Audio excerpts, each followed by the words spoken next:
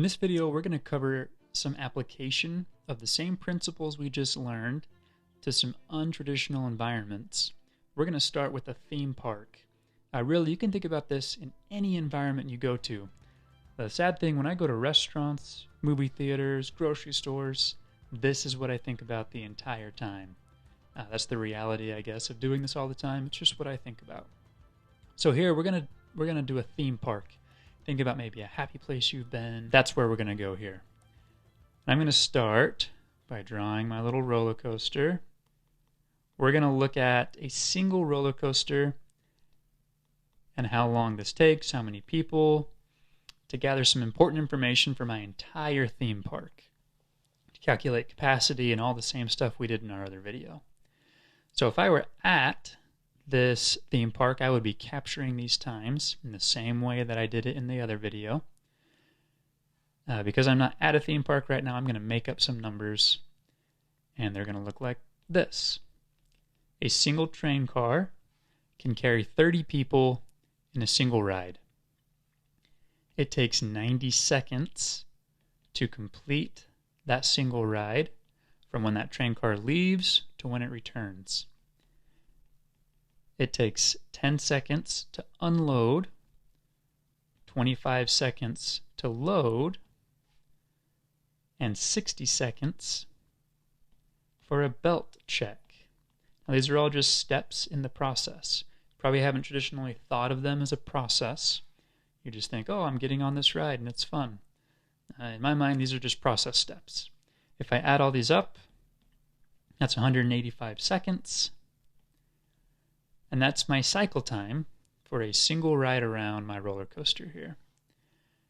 Now, because I want to work in seconds, I like that. I'm going to divide it into an hour and say, okay, this roller coaster can be ridden a little more than 19 times per hour.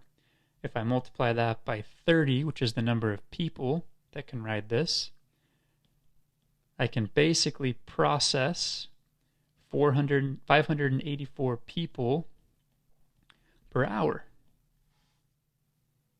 So let's put our roller coaster back in here. 584 people per hour. Now that's not a whole lot, and when you go to theme parks, you'll say, well, Skylar, there's not just one train car going, and you are correct. So we have our train car. These people are going to be enjoying it this time. But we might add a second train car here. So if I multiply this by 2, I can now get 1,168 people per hour. Now we could even increase the throughput of this roller coaster even more if I say, well, when my roller coaster comes back, switch to the alternate line. It starts on this line, but then go to the second line.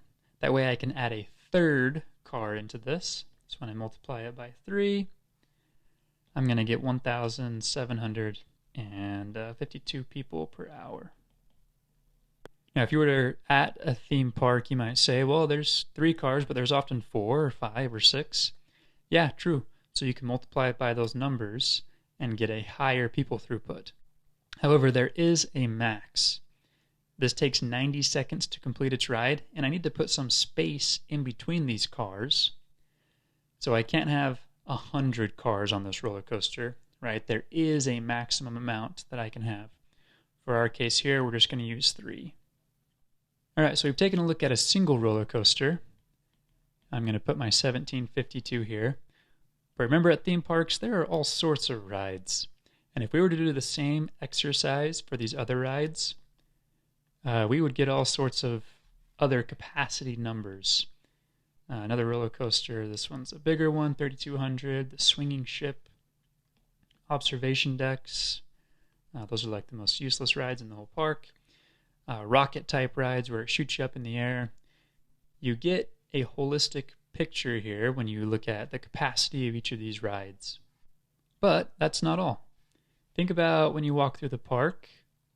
You have all sorts of concessions. This is my sad attempt at like a hamburger. And guess what? There's a number for how many people these can process. There's ice cream stands all over the place.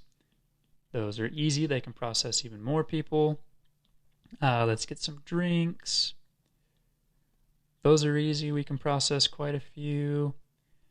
There's all sorts of merchandise and souvenir shops. And those are usually huge, so they can process a large amount of people. And to add more complexity to this, there's not just one of each of these shops, right? There's multiple food establishments. These little ice cream carts are everywhere. Soda shops, there's 20 of them around, and there's a handful of souvenir shops. So again, you start to look at all of these numbers and put them together, and you can get a better idea of what your capacity is and what your throughput is of your park.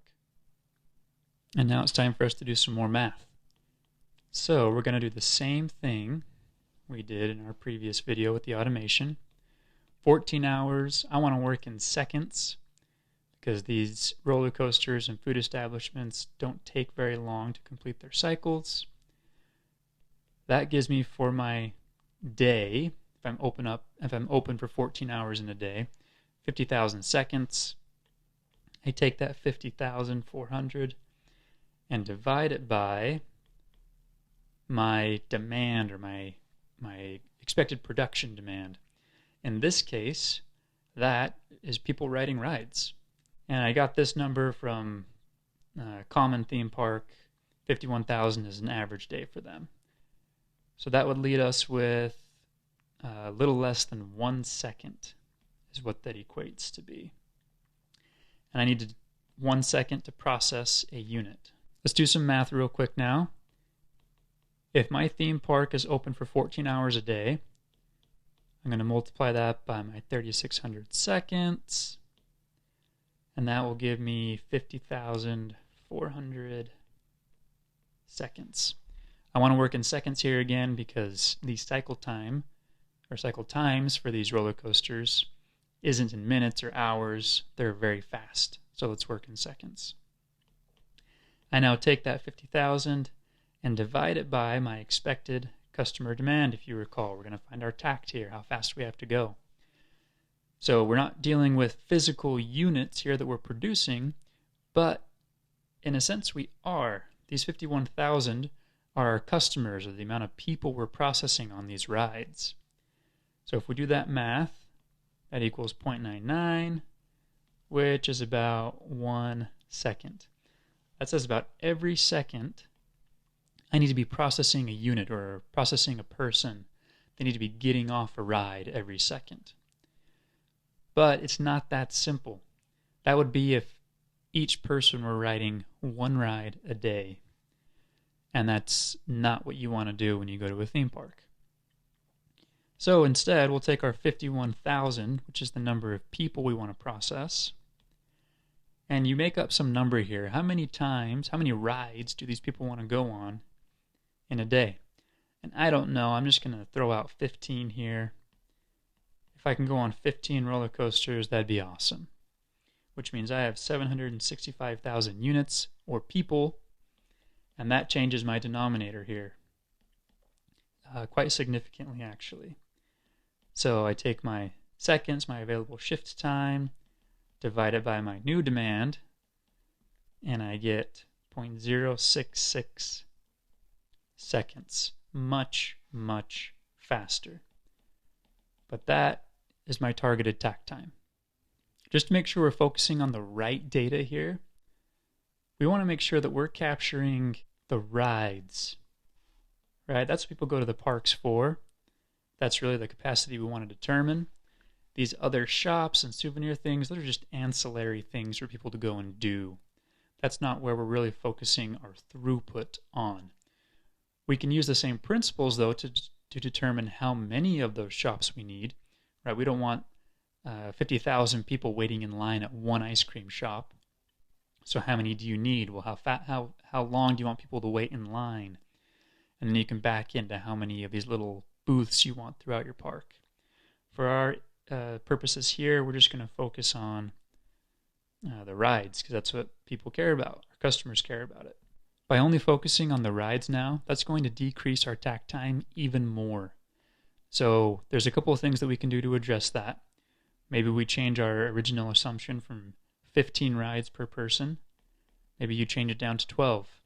If that's not desirable because people want to get their money's worth and ride as many as possible, maybe we increase the number of attractions. You can decrease or limit the number of guests you have in your park. All right, that's going to change how many people we have there, require less capacity there. You can always increase capacity by adding additional train cars to the rides, by decreasing your cycle time, by maybe having a more efficient belt process or a checking process. There are a handful of things you can do. But with this, you can also use the same information to back into now wait times. How long does someone have to wait if they're the 150th person in line? Well, if I can do 30 people every minute and a half, right, the math becomes quite easy to determine wait time. That's how they do it at theme parks. They're not just guessing or making it up. They're using these real numbers and backing in based on the number of people that are there. Now, we've only just scratched the surface with how complex this can get. I mentioned that these souvenir shops and other ancillary attractions aren't included in our overall capacity. That doesn't mean they're not useful for these theme park companies. If I can get people to go into these, that's going to mean that instead of 15 rides per person, if they're spending time in these other shops, that's going to drop it down to 14 or 13. If there are games at the theme park, all those types of things take demand away from my ride and increase my capacity. So there's benefits to having those ancillary things as well. But again, we could get into a lot deeper analysis here. But you could use the same principles to do all of those as well. So kind of an obscure example, but the application is there and it works.